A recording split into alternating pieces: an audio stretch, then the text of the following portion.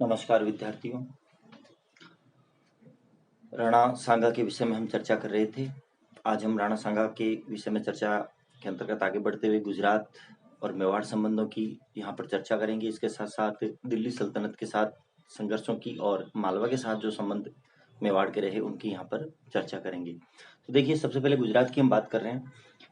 गुजरात और मेवाड़ की सीमाएं एक दूसरे से लगती थी और दोनों ही शासक, उस समय गुजरात का शासक मुजफ्फर था और मेवाड़ का शासक राणा सांगा, दोनों ही शासक महत्वाकांक्षी थे। परंतु संघर्ष का जो तात्कालिक कारण था वो ईडर की राजगद्दी के प्रश्न को लेकर के था। ईडर का राज्य जो था वो दोनों के एक तरह से बफर स्टेट में था। दोनों राज्यों की सीमाएं उससे लगती थी, मेवाड़ की भी और गुजरात की भी।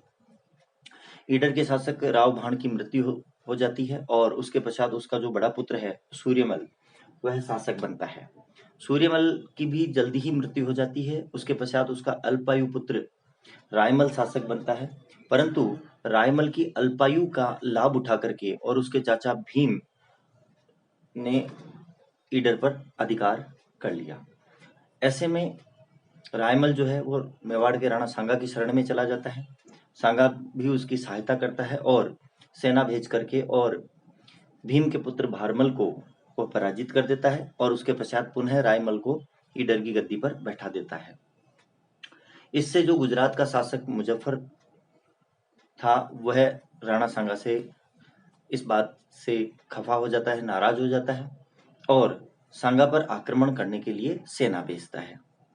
परंतु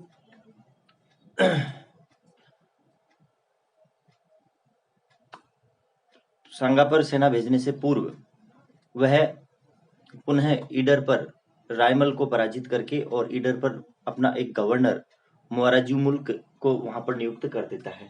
मुआराजू मुल्क ईडर का गवर्नर बन जाता है, जो गुजरात के शासक मुजफ्फर का सहयोगी होता है। अब ऐसे में राणा सांगा फिर से आक्रमण करता है ईडर पर और ईडर से मुआरिज मुल्क को हटा करके और ईडर पर पुनः अपना अधिकार कर लेता है। तो इस प्रकार से ईडर और ईडर के जो उत्तराधिकार के प्रश्न को लेकर के सांगा और गुजरात के मध्य या मेवाड़ और गुजरात के मध्य संघर्ष प्रारंभ हुए और दोनों के संबंध बिगड़ गए। नेक्स्ट हम बात कर रहे हैं दिल्ली सल्तनत के साथ संघर्षों की। तो देखिए, दिल्ली में इस समय लोधी वंश का शासन था, सल्तनत काल चल रहा था और इस समय जो लोधी वंश था, सल्तनत काल का जो अंतिम वंश था, वह यहाँ पर इस समय सिकंदर लोधी का शासन चल रहा था जब सांगा मेवाड़ का शासक बना। सिकंदर लोधी के समय से ही सांगा महत्वाकांक्षी शासक था, इसलिए उसने दिल्ली सल्तनत के क्षेत्रों पर अधिकार करना प्रारंभ कर दिया था। सिकंदर लोधी के साथ तो उसका कोई संघर्ष नहीं हुआ, परंतु सिकंदर लोधी के पश्चात जब इब्राहिम लोधी दिल्ली सल्तनत का शासक बना, तब इब्राहिम लोधी के साथ उसके दो प्रमुख युद्ध हुए थे।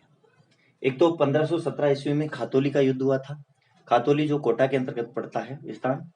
इस युद्ध में 1517 में राणा सांगा ने इब्राहिम लोधी को पराजित कर दिया। उसके पश्चात अगले ही वर्ष 1518 ईस्वी में एक अन्य युद्ध होता है, बाड़ी का युद्ध। बाड़ी धौलपुर के अंतर्गत पड़ता है। तो बाड़ी के युद्ध में भी इब्राहिम लोधी की सेनाएं सांगा से पराजित हो जाती हैं। परंतु बाड़ी के युद्ध में इब्राहिम लोधी स्वयं सेना का नेतृत्व नहीं करता, बल्कि उसका इब्राहिम लोधी का जो सेनापति होता है बाड़ी के युद्ध में वो मियां माखन होता है। ये ध्यान रखने योग्य, आपसे एक नंबर में पूछा जा सकता है कि बाड़ी के युद्ध में इब्राहिम लोधी का सेनापति या सेनाध्यक्ष कौन था, तो मियां माखन के नेतृत्व में उसने सेना भेजी थी बाड़ी के युद्ध में। तो इस प्रकार से इब्राहिम लोधी को सांगा 2 बार पराजित करता है। तो यहाँ पर यही ध्यान रखने योग्य है, 2 युद्ध महत्वपूर्ण है आपके लिए, पूछे जाने योग्य हैं। नेक्स्ट हम बात कर रहे हैं मालवा के साथ संबंधों की। देखिए, मालवा और जो मेवाड़ था उसकी सीमाएं आपस में लगती थी। ये बात हमने कुंभा के समय में भी की थी।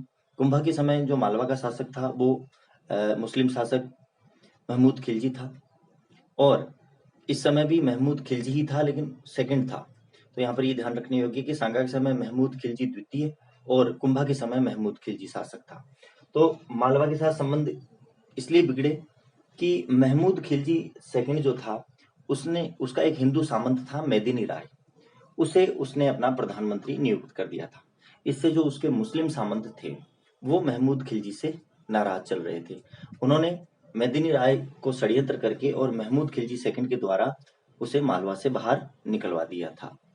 महमूद खिलजी मालवा से निकाले जाने के पश्चात सांगा की शरण में चला गया, तो सांगा ने उसे गागरोन जो झालावाड़ के अंतर्गत है और चंदेरी जो मालवा और मेवाड़ की सीमाओं पर राज्य पड़ता था, वहां दोनों की जागीरें गागरोन की और चंदेरी की सांगा ने मेदिनी राय को दे दी और वहां का जागीरदार बना दिया। इस बात से महमूद खिलजी द्वितीय नाराज हो गया और वह मेदिनी राय को सबक सिखाने के लिए सेना लेकर के और गागरोन पर आक्रमण करने के लिए आ पहुंचा। सांगा ने मेदिनी राय की सहायता की और उसने गागरोन के युद्ध में महमूद खिलजी द्वितीय को पराजित कर दिया और इसके साथ साथ इस युद्ध के अंतर्गत महमूद खिलजी द्वितीय का एक पुत्र आसफ खां मारा गया। इस प्रकार से महमूद खिलजी द्वितीय की पराजय हुई। सांगा उसे पकड़ करके कैद करके और चित्तौड़ ले आया।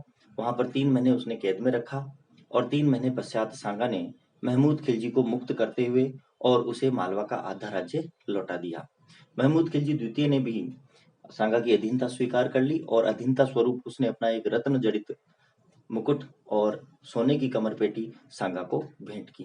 तो इस प्रकार से गुजरात, दिल्ली सल्तनत और मालवा के साथ संबंधों की आज हमने बात की। नेक्स्ट लेक्चर में हम बात करेंगे सांगा और बाबर के बारे में।